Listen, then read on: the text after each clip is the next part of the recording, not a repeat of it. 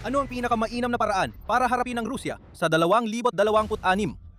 Huwag mong hayaang mauna ang Rusya na umatake sa iyo. Maging maagap at alisin ang banta ng Rusya bago pa man ito magkaroon ng pagkakataon na gumawa ng anumang masama sa iyo. Sa isang mundo kung saan tila hindi na kasing epektibo ang deterrence gaya ng dati simula nung umpisa ng ika-21 siglo, mas mabuting mauna kang umatake kaysa ikaw ang tamaan. Iyan na ngayon ang bagong paraan ng Alemanya. Sa isang makasaysayang desisyon ng korte, binigyan ng Alemanya ng kapangyarihan ang kanilang puwersa ng espiya na atakihin ang Rusya bago pa man umatake ang Rusya sa Alemanya. Malapit nang ilunsad ang mga preemptive strike pero hindi ito tungkol sa mga misil at bomba.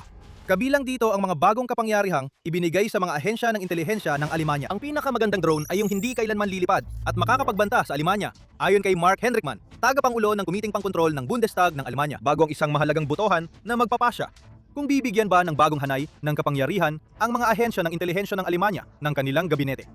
Ilang oras lang ang lumipas, tapos na ang botohan. Naipasa na ng gabinete ang bagong batas. Gaya ng sinabi ni Hendrickman na dapat mangyari, mas napalapit ang Alemanya sa pagbibigay sa sarili nito ng kapangyarihan na umatake laban sa Rusya ng maagap. Sa halip na palading maghintay at tumugon lamang sa mga estratehiya ng hybrid warfare na ginagamit ni Putin laban sa Berlin mula nang magsimula ang pananakop sa Ukraine. Isa ang Reuters sa mga unang nagulat ng balitang ito. Sa isang artikulo noong Agosto 2, ibinunyag ng outlet na ipinasa ng gabinete ng Alemanya ang isang panukalang batas na nagbibigay kapangyarihan sa mga ahensya ng intelihensya ng bansa na mag-hack ng komunikasyon upang hadlangan ang mga operasyong pinaplano ng mga dayuhang kalaban. Ang kontrobersyal na hakbang na ito ay nagbibigay sa parehong BND at BFE na pangunahing ahensya ng intelihensya ng Alemanya ng mas malawak na akses sa digital na komunikasyon, pati na rin ang kakayahang mangolekta ng mas maraming datos kaysa dati at magsagawa ng tinatawag ng Reuters na mga aktibong operasyon upang hadlangan ang mga pag-atake. Ipinapahiwatig nito na hindi lang mangongolekta ng datos ang Alemanya para lang ituro ito at sabihin, tingnan ninyo kung ano ang balak gawin ng Rusya. Dahil aminin na natin, tungkol lahat ito sa Rusya. Ang ibig sabihin ng bagong batas na ito ay maaring aktibong magsagawa ng hacking at kontrasabotahe ng mga operasyon ang mga ahensya ng intelihensya ng Alemanya upang pigilan ang mga planong iyon na maging isang konkretong aksyon. Isa itong revolusyon at makasaysayang pagbabago sa paraan ng paggamit ng Alemanya sa mga ahensya ng intelihensya nito. Idineklara ng kalihim ng panloob na kagawaran ng bansa na si Alexander Dobrindt matapos ang botohan. Panahon na para ihanda natin ang ating sarili na makipagsabayan at pumantay sa mga katuwang nating ahensya sa buong mundo. Kinakailangan nito ng mga kakayahang operasyonal at aktibong kapangyarihan upang mas epektibong labanan ang makabagong terorismo ng Estado at mga grupong ekstremista, dagdag pa ni Dobrindt. Gayunpaman, may paalala sa lahat ng ito bago tayo magpatuloy. Tulad ng binanggit ng Guardian sa ulat nito tungkol sa pinakabagong desisyon ng Alemanya, ang pamahalaan ng Alemanya ang nagbigay ng pag-apruba sa bagong draft na batas. Kailangan pang dumaan ang batas na yon sa pagbotohan ng buong parlamento bago ito maging opisyal na patakaran ng Alemanya. Maaring maging hadlang yon dahil hindi ganap ang suporta para sa hakbang na ito sa Alemanya. Pero bago natin tuklasin kung bakit, hindi rin naman parang bigla na lang lumitaw ang panukalang batas na ito. Matagal nang sinusubukan ng Alemanya na palakasin ang kanilang mga ahensiyang panitik. Pero ang unang solusyon na naisip ni Chancellor Friedrich Merz, ang budget ng BND para sa 2026 ay tinaasa na sa 1.73 bilyong dolyar at gumagawa na ng hakbang si Merz para paluwagin ang mga restriksyon sa BND, kaugnay ng paggamit ng AI at teknolohiyang pangkilala sa mukha. Unti-unti, isa-isa nang inaalis ang mga limitasyon. Matagal-tagal na rin ginagawa ang draft na batas. Noong Pebrero 17, iniulat ng politiko ang mga hakbang na ginagawa ng Alemanya para palakasin ang kanilang mga ahensyang panitik sa gitna ng mga panloob na pahayag na kailangang magkaroon ng sariling otonomiya ang mga serbisyong ito upang hindi lang umasa ang Alemanya sa US at sa mga kasamahan nito sa Europa para sa impormasyon. Tulad ng binigyang diin noon ni Hendrickman, gusto naming magpatuloy na makipagtulungan ng malapit sa mga Amerikano. Pero kung sakaling magpasya ang isang presidente ng US, kahit sino pa siya, na kumilos ng mag-isa sa hinaharap ng walang mga kasosyong Europeo, kailangan nating matutong tumayo sa sarili nating mga paa. Kaya ang bagong batas na ito ay hindi lang tungkol sa pag-aproba ng mga preemptive na hakbang. Tungkol ito sa paggawa ng Alemanya ng mga hakbang na kailangan itong gawin para matiyak na hindi babagsak ang buong komunidad ng intelihensya nito kung sakaling magdesisyon ang US na bawiin ang pagbabahagi nito ng intelihensya. Mayroon na tayong mga pangunahing impormasyon tungkol sa bagong batas. Pero ito, ang mga bagong kapangyarihang itinakda, based sa pagkakaintindi natin sa ngayon, magkakaroon ng kapangyarihan ang mga serbisyo ng intelihensya ng Alemanya na magpatupad ng iba't ibang hakbang kapag natuklasan nila ang isang sabwatan na kasalukuyang nangyayari. Ayon sa ulat ng politiko, maaring mag-iba ang mga hakbang na ito depende sa laki ng sabwatan, ang pagbubunyag sa mga salarin, at kung sino ang sumusuporta sa kanila ay isa sa mga maaaring gawin ng mga ahensya ng intelihensya. Maaring iyon ang piliin kapag maliit ang posibilidad na makapinsala ang sabwatan at maaring gamitin ito ng Alemanya upang makakuha ng mga puntos sa geopolitika laban sa kung sino man ang nasa likod ng plano.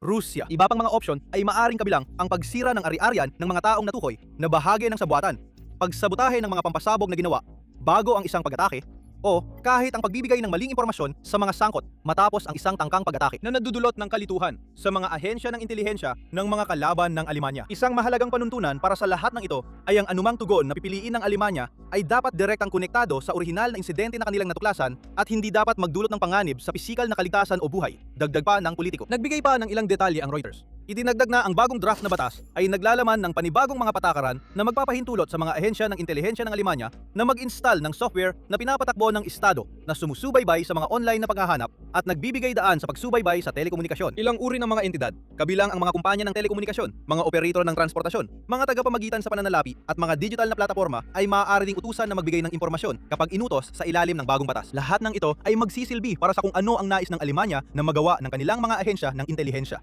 Unang umatake ng malakas at sirain ang mga plano ng sinumang dayuhang kalaban. Gayunpaman, maaring naririnig mo ang lahat ng ito at marahil ay nararamdaman mong medyo sobra na ang bagong batas na ito. Ang pagpapalawak ng kapangyarihan ng mga ahensya ng intelihensya ay isang bagay, pero ang pagbibigay sa kanila ng tila walang limitasyong access sa mga online na paghahanap at tala ng telekomunikasyon ay posibleng paglabag sa privacy. Maaring makita ito ng ilan bilang isang hakbang na lampas na sa nararapat. Hindi ka nag-iisa kung ganyan ang opinyon mo. Nabanggit namin na ang bagong draft na batas ng Alemanya ay kailangan pang makapasa sa isang buong boto sa parlamento at maaring maging hadlang ito. Ang dahilan ay hindi nagkakaisa ang suporta para sa partikular na batas na ito. Itinuro ng DW na itinuturing ng Society for Civil Rights ng Alemanya na labag sa konstitusyon ang ilang aspeto ng draft na batas, lalo na pagdating sa malawakang kapangyarihan ng pagmamanman na matatanggap ng mga intelligence service ng Alemanya. Particular na problema ang pagbibigay sa mga serbisyong yon ng access sa pampubliko at pribadong video surveillance ng real-time ayon sa eksperto ng samahan na si Kai Dittmann. Walang sapat at malinaw na itinakdang mga limitasyon para sa ganitong malawakang panghihimasok na higit sa lahat ay nakakaapekto sa napakaraming inosenteng tao ayon kay Dittmann tungkol sa batas. Dagdag pa niya, ang pagbibigay sa mga security service ng Germany ng kakayahang magsagawa ng cyber operations at aktibong kampanya laban sa mga natukoy na banta ay nagpapalabo sa mga hangganang itinakda ng konstitusyon sa pagitan ng mga intelligence service, pulisya at militar. Ang mga salubing ito ay sinasang-ayunan din ni Clara Brunner na siyang eksperto sa patakarang panloob para sa Left Party na bahagi ng oposisyon sa koalisyon ni Merz. Dahil hindi na obligadong ipaalam ng mga ahensya ng intelihensya sa mga apektado sa maraming kaso, hindi na rin garantisado ang epektibong legal na proteksyon ayon sa kanya. May mga pangamba rin tungkol sa kung ano ang maaaring idulot sa internasyonal na antas ng pagpapalaya sa komunidad ng intelihensya ng Alemanya gamit ang batas na ito. Itinuro ng politiko na karaniwang limitado ang mga espiya ng Alemanya pagdating sa mas agresibong pangangalap ng impormasyon dahil sa mga restriksyon na ipinataw ng internasyonal na komunidad sa Alemanya matapos ang ikalawang digmaang pandaigdig. Umiiral ang mga restriksyon na yon upang maiwasan ang pag-uulit ng mga pang-aabuso na ginawa ng malawak na spy network ng mga Nazi. Para sa ilan sa Alemanya at sa labas ng bansa, ang bagong batas na ito ay magiging isang mapanganib na hakbang palayo sa mga restriksyon na nagpanatili sa mga espiya ng Alemanya na kontrolado sa loob ng mahigit 60 taon. Ang kontra-kontra argumento sa pahayag na ito ay na hindi na ito ang dekada 40. Ang Alemanya ay ibang-iba ng bansa kumpara noong panahon ng mga Nazi. At maaaring sabihin na ang Europa ngayon ay nahaharap sa bantang kahalintulad ng salot na dulot ng mga Nazi. Ngunit ito ay nagmumula kay Putin at sa kanyang imperialistang bersyon ng Rusya. Iyan ang argumento na inilahad ni Henrik Mann bago ang botohan. Sinabi niya sa Welt TV ng Alemanya, kailangan talaga nating bigyang kakayahan ang ating mga serbisyo na maparalisa at mapatigil ang attack drone sa Rusya o ang pabrika na gumagawa nito. Bago pa ito itutok laban sa paliparan ng Alemanya o laban sa pisikal na kaligtasan ng mga tao sa Alemanya. Gayunpaman, may mga hadlang pa rin kailangang lampasan. Malalampasan ba ng panukalang batas ang mga hadlang na yon? Mukhang malamang na mangyari yon. Ang koalisyon ni Merkel na kinabibilangan ng Christian Democratic Union, Christian Social Union at Social Democrat na mga partido ang mayorya sa parlamento ng Alemanya. Kapag bumalik ang parlamento mula sa kanilang recess sa unang bahagi ng Setyembre, inaasahan na ipipilit ng tatlong partidong yon ang pagpasa ng panukalang batas gamit ang kanilang pinagsamang boto kahit pa may pagtutol. Ayon pa sa DW, itinuturing na lamang na formalidad ang susunod na butong ito. Kung ganun nga ang kaso, masasabi natin tiyak na magkakaroon ng maraming bagong kapangyarihan ang mga espiya ng Alemanya. Gayunpaman, nananatili ang tanong, bakit nga ba ito kinakailangan sa simula pa lang?